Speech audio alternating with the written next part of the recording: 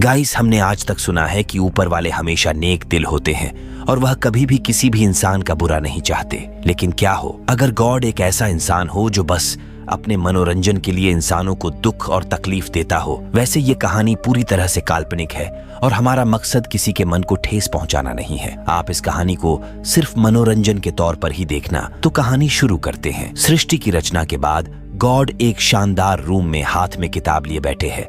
उनके सामने एक बहुत बड़ी टेबल रखी हुई है जो हमारी अर्थ का एक सिंबल है। धरती पर हाथी चल रहे हैं, चारों तरफ पेड़ पौधे हैं और आदि मानव वहां पर रहते हैं। जेफरी नाम का एक सर्वेंट गॉड से पूछता है कि आपको किताब कैसी लगी। तब गॉड कहते हैं ये उनको ज्यादा संतुष्टि नहीं दे पाई। हालांकि इस किताब में ब्लैक होल की रेसिपी है जो गॉड को बहुत पसंद आती है। वह पेज पलटते हैं और आंख घुमाकर देखते हैं कि लोग पृथ्वी पर क्या कर रहे हैं। एक आदि मानव अपनी छड़ी को कई घंटों से पत्थर पर रगड़ रहा था। गॉड पता लगाने की कोशिश करते हैं कि यह लोग क्या कर रहे हैं। तभी अचानक से एक मानव आग जलाने में कामयाब हो जाता है। गॉड को यह बिल्कुल पसंद नहीं आता। वो लोगों को इस तरह स्वतंत्र नहीं देखना चाहता था। गुस्से में आकर वह पूछता है कि पृथ्वी पर अभी कौन सा युग चल रहा है। जेफरी बताता है प्लेन के अनुसार उनको आग जलाने में अभी भी 2 लाख साल का टाइम है। गुस्से में आकर गॉड जेफरी को आग बुझाने का आदेश देता है। जेफरी बिना देरी के अपने काम में लग जाता है और हवा के एक झोंके को क्रिएट करता है जो आग बुझा देता है। आदिमानव निराश होकर घुटने के बल बैठ जाते हैं। गॉड शांत होकर वापस अपनी किताब को उठाता है और कहता है कि ये लोग उसे परेशान कर रहे हैं। वह जेफरी को उन्हें गुफा में ले जाने का आदेश देता है तो जेफरी जमीन पर अपना हाथ फेरता है जिससे हाथी आदिमानव की ओर दौड़ने लगते हैं। लोग डर के मारे गुफा में छिप जाते हैं।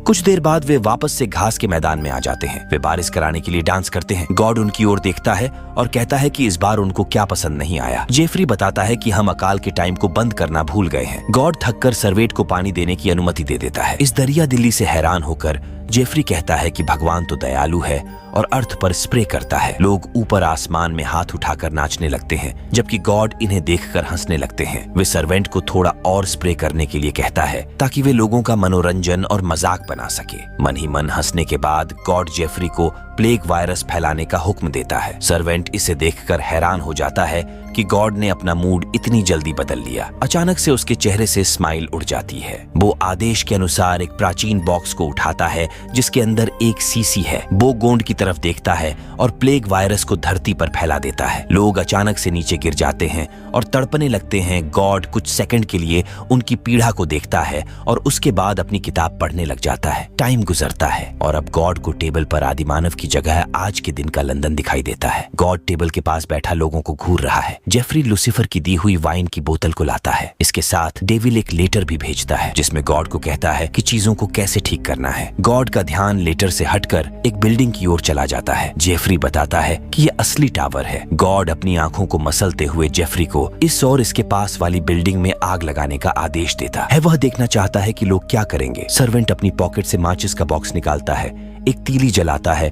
और इसे एली टावर की ओर फेंक देता है। गॉड आनंदित हो जाता है। लोगों की चीखें सुनकर हंसता है। वह देखता है कि आग से बचने के लिए लोग भागकर छत पर आ गए हैं। वह आग से अपने हाथों को गर्म करता है और लोगों की रोने की नकल करता है। पुलिस और फायर ट्रक जल्दी से बिल्डिंग की ओर आते हैं। गॉड जेफरी से पूछता है कि लोग अभी क्या सोच रहे हैं तो सर्वेंट उसे बताता है कि लोग अभी भी अपने परिवार के बारे में सोच रहे हैं और उम्मीद कर रहे हैं कि वे उन्हें बचा लेंगे। गॉड जेफरी को ट्विस्ट लाने के लिए कहता है। जेफरी सोचता है गॉड टोरंटो के बारे में सोच रहा है। वह कहता है कि इस तरीके का तूफान इस इलाके में बहुत कम आता है। गॉड गुस्से में आकर लोगों को जोकर कहता है। वह शिकायत करता है कि इनको यह भी नहीं पता कि स्पेस में और भी यूनिवर्स हैं जो उसने संडे नाइट को फन के लिए बनाए हैं। क्रोध में आकर टॉर्नेडो को लाने का आदेश देता है। जेफरी गॉड के आदेश को टाल नहीं सकता और वह अपने हाथों को घुमाकर बिल्डिंग पर टोरंटो क्रिएट करता है। बिल्डिंग की छत पर खड़े हुए लोग इस प्राकृतिक आपदा से मर जाते हैं। टोरंटो की वजह से गॉड के ऑफिस में भी डस्ट फैलने लगी है। इस वजह से सांस लेना भी काफी मुश्किल हो जाती है। वह जेफरी को टोरंटो को रोकने के लिए कहता है। जब कमरे की डस्ट साफ हो जाती है तो गॉड संतुष्ट हो जाता है और जेफरी को कुछ खाने के लिए लाने को कहता है।